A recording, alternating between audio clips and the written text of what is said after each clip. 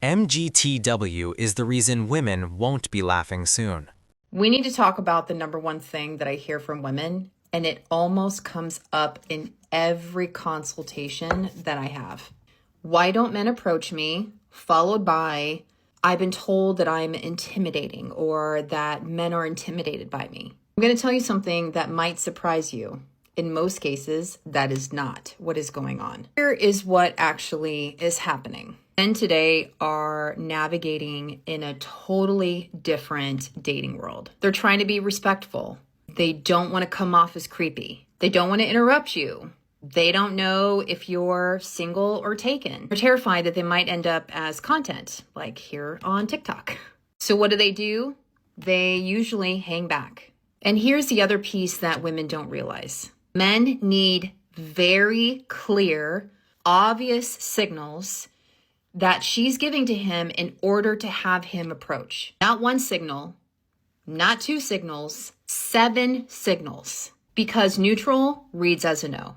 Polite reads as a no. Just a quick glance or a quick smile, that just one time still reads as a no. Women will be like, well, I looked at him or I smiled at him, but still at one time, he's not registering it. And online, I give the same advice. Women get online and they just sit and wait. So many women are like, well, I'm not going to say something first. I'm not going to be the person that's going to start the conversation. Even though they've matched, women still sit back and wait for him to make the first move. He still doesn't know whether or not she's open to having a conversation. Nudging and giving signals does not mean that you're chasing him. You're just literally letting him know it's safe, it's okay. And here's the part that always lands. Being approachable doesn't mean that you are dimming your strength. It means letting someone see the parts of you that are open. So men aren't approaching you because you're too intimidating. They're not approaching you because they don't know, they don't have the clearance to approach you. Anyway, I will stop there. If you want me to do another video talking about the signals that you can send to men so they know it's clear to approach, I can make a video about that. Just let me know down below. You know how much I appreciate you. I'll see you again soon. Bye. She nailed everything she said, no notes. Thank you. Most men are not intimidated by women unless they feel they are the type that will make some sort of a game out of rejection. The fear of becoming content is a huge deal that many don't see as a problem. The dating dynamics have drastically changed. Men have no clue when to approach or what women truly want. If a guy approaches and they don't find him attractive, they put the poor guy on blast. We now have an epidemic of lonely people.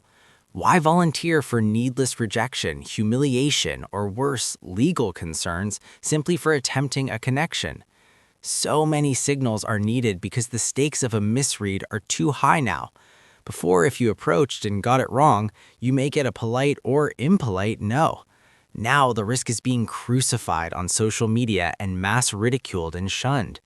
Granted, that doesn't happen most of the time, but the risk of it happening once means a man wants an abundance of signals to approach.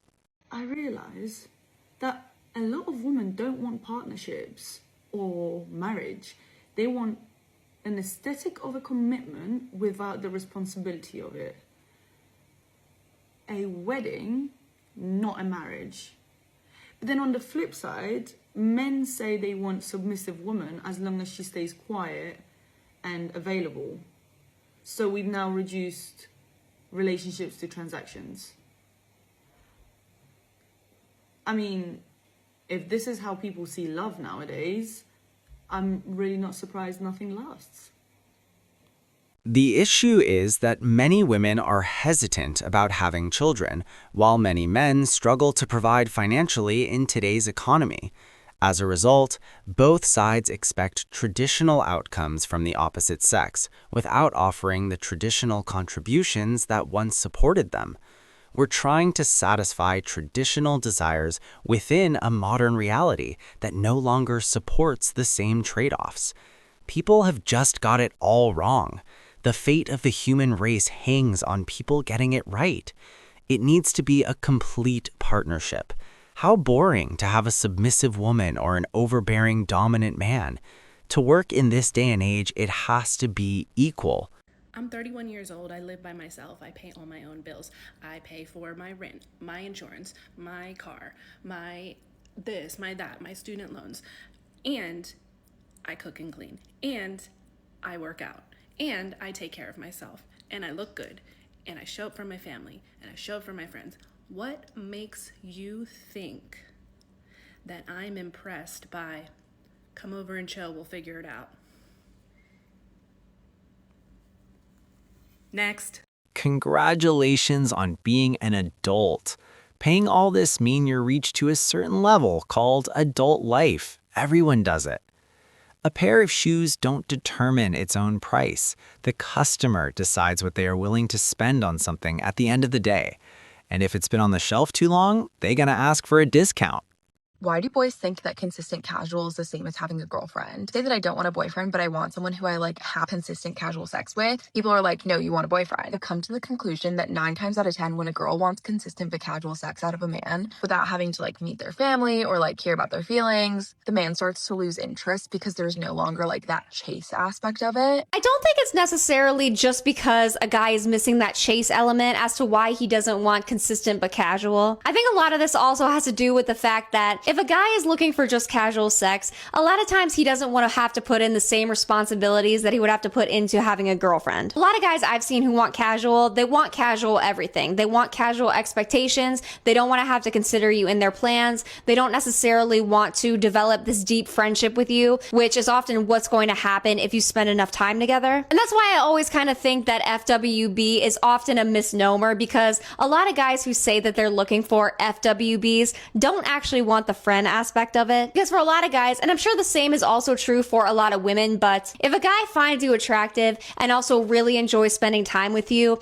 and enjoys having consistent sex with you even after the novelty wears down, if he's attracted enough to you to want all of that with you, and a lot of times he's going to want a relationship. A lot of times men only want casual with a woman if there's something about her that he's not really vibing with. Maybe he finds her attractive, but he doesn't really like her personality that much. Or maybe he likes her personality and thinks that she's cool, but he's not attracted enough to her to pursue that consistent relationship. So having consistent but casual, it's basically having to put in all of the accountability and responsibility of basically being in a relationship. It might be a little bit less than a regular relationship, but if you're seeing that person, let's say every week, and you're sharing all of this information about yourself, and you're having consistent sex, it's very hard for feelings not to develop on one end in that situation. Or in a lot of cases, if the guy didn't really find you either attractive enough to pursue a relationship with, or he didn't like your personality that much, a lot of times the guy's gonna get kind of annoyed with you. And I honestly think this is true for women too. I think that it is an outlier person who can have a FWB situation without eventually developing feelings.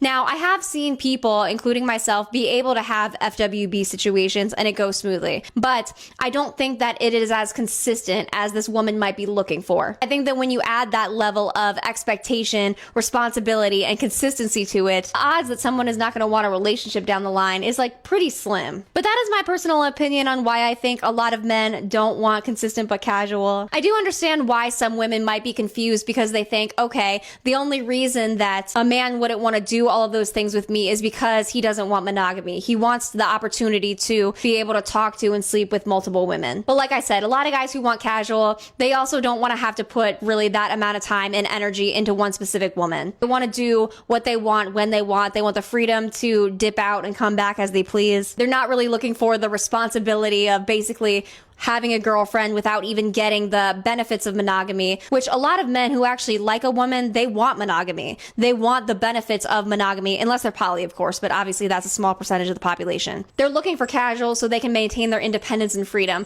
not so they can have the responsibility of one girlfriend or 3 girlfriends without even the title or, like I said, the exclusivity. But that is just my perspective on it, so let me know what you guys think. Guys in the comments, let me know if I'm right about this. But I will see you guys later. Bye. You don't look for an FWB. You add the WB to an existing F. If you're searching for it, that's just an F buddy. But given enough time, most men will want a relationship with an FWB if they are your only partner. Because to most men, a monogamous real FWB is just a girlfriend without a title or security. Every man that I see that's married has this black band around his like ring finger. So I do apologize to all the blue collar men out there. I was not familiar with your game. Keep yourself safe. Wear the ring.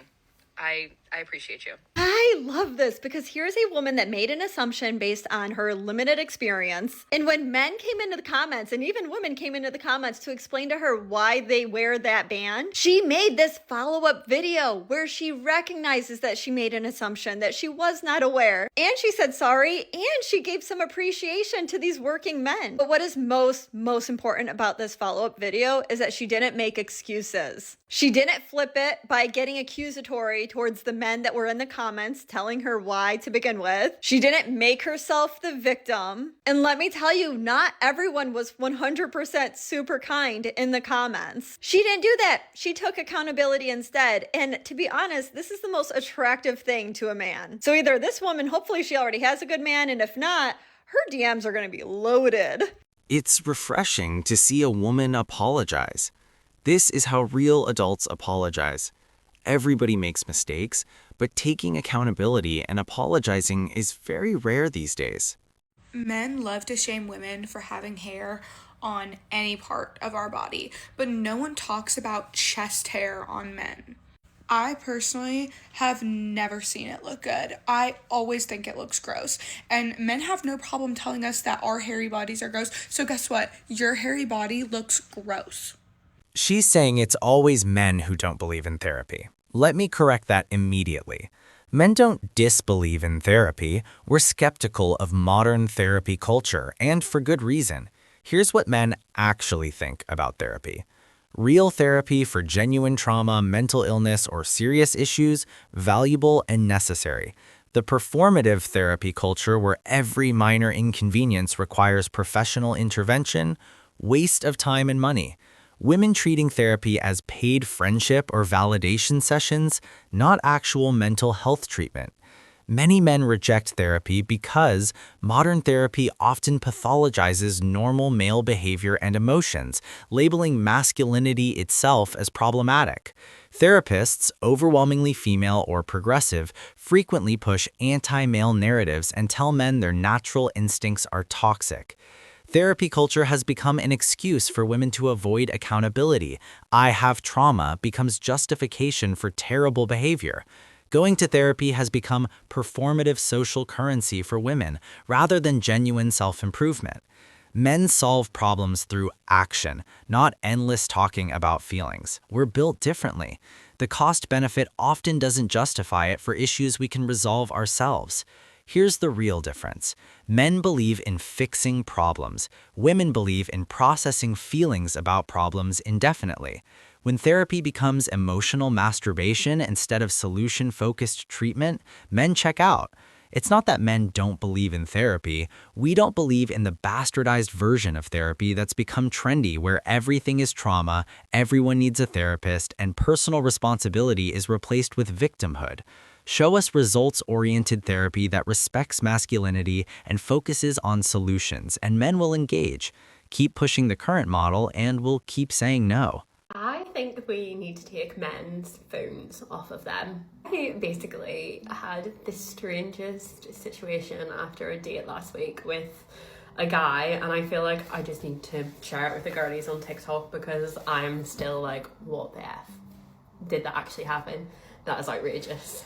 Story time is basically about this time last year I'd matched with a guy on Hinge and we exchanged Instagrams like straight away, and then he was messaging me there. I was just in a place at that point where I just wasn't really taking dating seriously. I had so many other things going on, so it's like taking like 3-4 days to reply between each message, and then all of a sudden he starts to have, bear in mind we haven't been speaking that long, but he starts to have a go at me for taking too long to reply. I get it, like upon reflection, someone taking 3, 4, 5 days to reply, that is annoying. But we had only been speaking for like a couple of days at this point, so I just remember thinking, how is this stranger that I have never met before having such a go at me right now? Like, he was being so rude. He was like, it's ridiculous, like you're not replying, blah blah. And I just thought, no, that energy's not for me. Just I don't even think I read the last message, just didn't reply. Anyway, 2025, trying to put myself out there that little bit more. So re-downloaded Hinge a couple of weeks ago, and he came up straight away because we'd still been following each other on Instagram this whole time because I just hadn't like deeped it that much.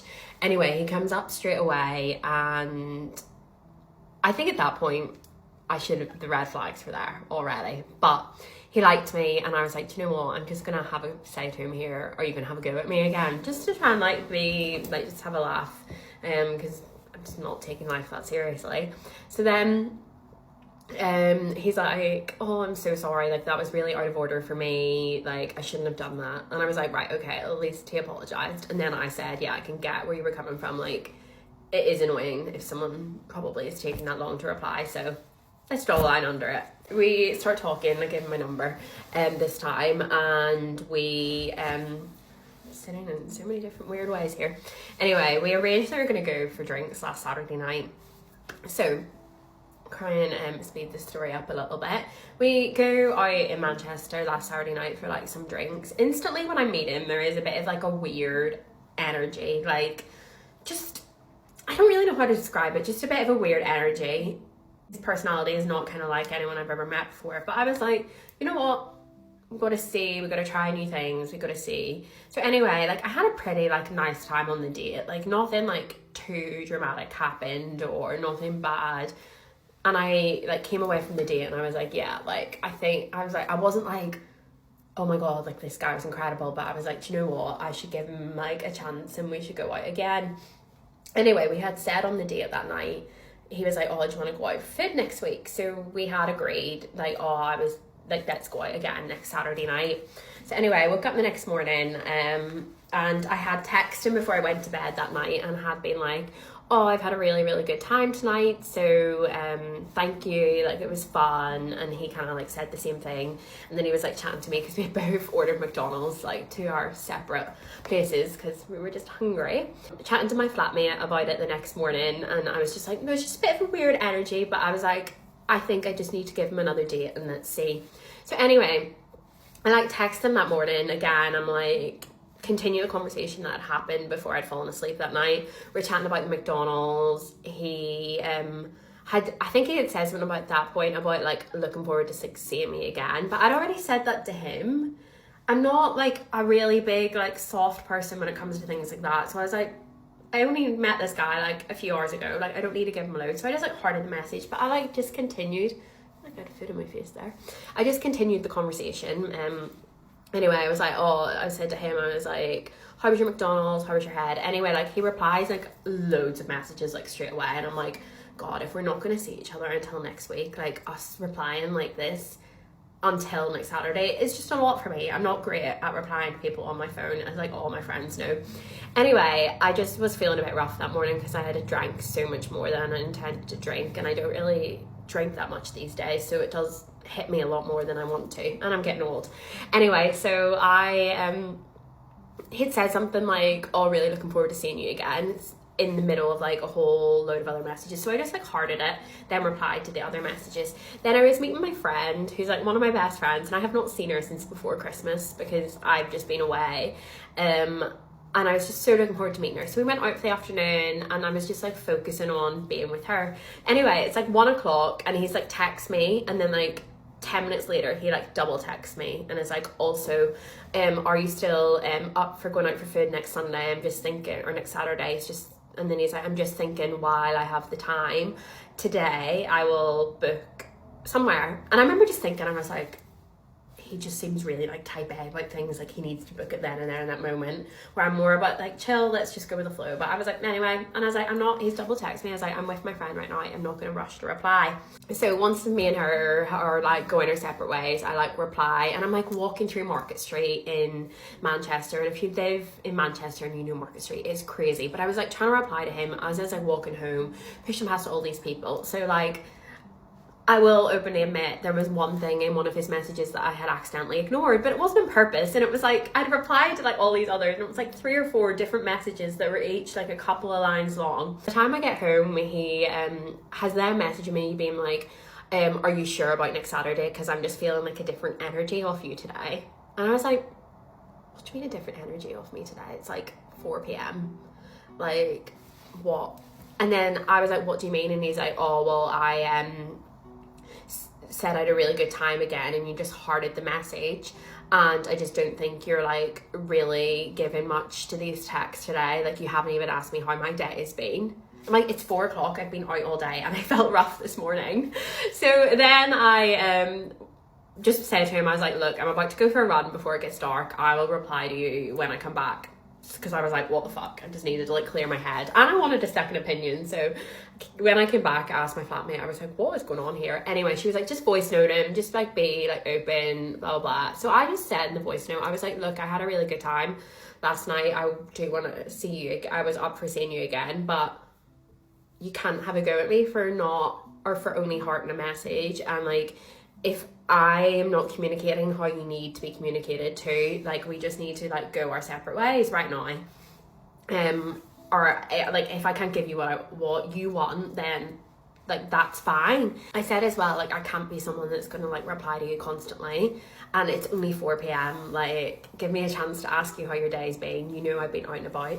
Then he like comes back and he's like, I wasn't having a go at you for not replying quick enough. It's just like, when I'm putting all this effort in, I need this person to put this effort into and be on the same page as me. You didn't even ask me how my day was. Kind of went on about that again. He was like, you hearted the message, like, how do you think that makes me feel? How would you feel if that was on the other way round? He's like, if I'm going to continue and going to go into this next week, I need to know that we're on the same page, blah, blah, blah. And I was just like, is he for real? Like, if a girl was acting this way right now, we would be called the biggest psycho ever. And I was like, sorry, like, what the fuck? Like, I don't need you attacking me right now. Like, that is not fair. Like, no. So I just said, look, it was really nice to meet you. Like, all the best, but I'm not going to take you attacking me right now. Bye. Then he was like, comes back and he's like, you didn't even ask me a single question last night on the date about myself. And I was like, is he actually joking? Is he joking? And I went and then listed out all the questions that I had asked him, that I remember specifically asking him, like, does he have brothers and sisters? All these things. And he's like, you only asked me about my job because I brought my job up. And I was like, sorry, this is the most petty, ridiculous thing I have ever heard in my life. Like, what the fuck? So I just replied and I was like, this is outrageous, all the best. And then he just thumbs up the message. Within 10 minutes had unfollowed me on Instagram and unmatched me on Hinge. And I'm just like, why are men crazy? Like, if I was acting that way, I would get such a bad friggin' reputation. Like, you cannot expect that much from me after one date. It hadn't even been a full 24 hours since we had seen each other. Like, that, please someone confirm that is crazy behavior, because that is like just not okay. And it's just reminded me even more, like, I can't go on dating app dates, because if I had known this was this person's vibe before, not a chance. But seriously, what the hell? She said chest hair on men looks terrible. Cool. Nobody asked and nobody cares. Here's the reality. Chest hair is a secondary sex characteristic, a natural result of testosterone and male development. It's literally a biological marker of masculinity. Women claiming it's terrible are essentially saying they find natural male characteristics unattractive, which reveals more about their preferences being shaped by media and unrealistic standards than anything about men. But here's what's more important. Men with options don't modify their bodies based on what random women find attractive. If you don't like chest hair, date men who naturally don't have much. But don't expect men to shave, wax, or alter their natural state because you've been conditioned by Instagram and Hollywood to prefer hairless men. And here's the flip side. Imagine if men said publicly that they think women with body hair, stretch marks, or cellulite look terrible. We'd be crucified for body shaming. But women can casually announce they find natural male traits disgusting and nobody bats an eye. The double standard is exhausting. Most men don't care about your preference. We're not modifying ourselves for your approval. If chest hair bothers you, that's a you problem. Find someone who meets your aesthetic requirements naturally or get over it. Men aren't here to meet your grooming standards any more than you're required to meet ours. She can think it looks terrible all she wants. Men will continue existing naturally while she can either accept it or stay mad about biology. I'm literally so over men. This is what dating is like in 2026. Talking to this guy about meeting up, and I'm a big let's grab coffee first as a first date, like less pressure, less time, less money. I pick the location, I pick the time, I pick the place. And he responds and he's like, actually, that's a little far from me. I was like, okay, where do you live? He lives 20 minutes away. I'm asking for the most bare bone minimum, and we can't even do that. You can't even put 20 minutes into anything. What does that say about you? Like, at least where I live, you can't get anywhere in less than 20 minutes. I know you can't get a block in New York City in less than 20 minutes. Grocery store or a gas station in Los Angeles. And on a first date too, aren't you supposed to be putting your best foot forward and making the best first impression? I can't. I'm so done. It's like wondering why I'm not texting. What? No, sir, we are not doing that. Guys, please do better. This is so ridiculous. They wonder why women just don't want to date. It's because of this shit. Didn't even know how to respond. This woman thinks men shouldn't be allowed to have phones because her date took 4 to 5 days to reply to her messages. Let me explain what actually happened. He's not interested. When a man takes 4 to 5 days to respond, it's not because he doesn't have his phone or forgot to check it. It's because replying to you is not a priority. Everyone has their phone within arm's reach 24/7. We check it constantly. Notifications pop up immediately. If he wanted to respond, he would have, within minutes or hours, not days. The 4 to 5 day delay is a deliberate choice that communicates your low priority. He's talking to other women who interest him more. He's keeping you as a backup option while pursuing better prospects. He's barely interested and only replies when he's bored or has nothing better to do. Instead of accepting this obvious signal and moving on, she's fantasizing about men not being allowed to have phones. That's insane. The problem isn't phones. The problem is she's chasing a man who's clearly not interested in her. High interest equals fast responses. Low interest equals slow or no responses. It's that simple. If a man is into you, he replies quickly. If he's not, he doesn't. This guy has shown you exactly where you rank in his priorities, somewhere below checking sports scores and scrolling social media. Accept it and move on, instead of blaming technology for the fact that he's just not that into you.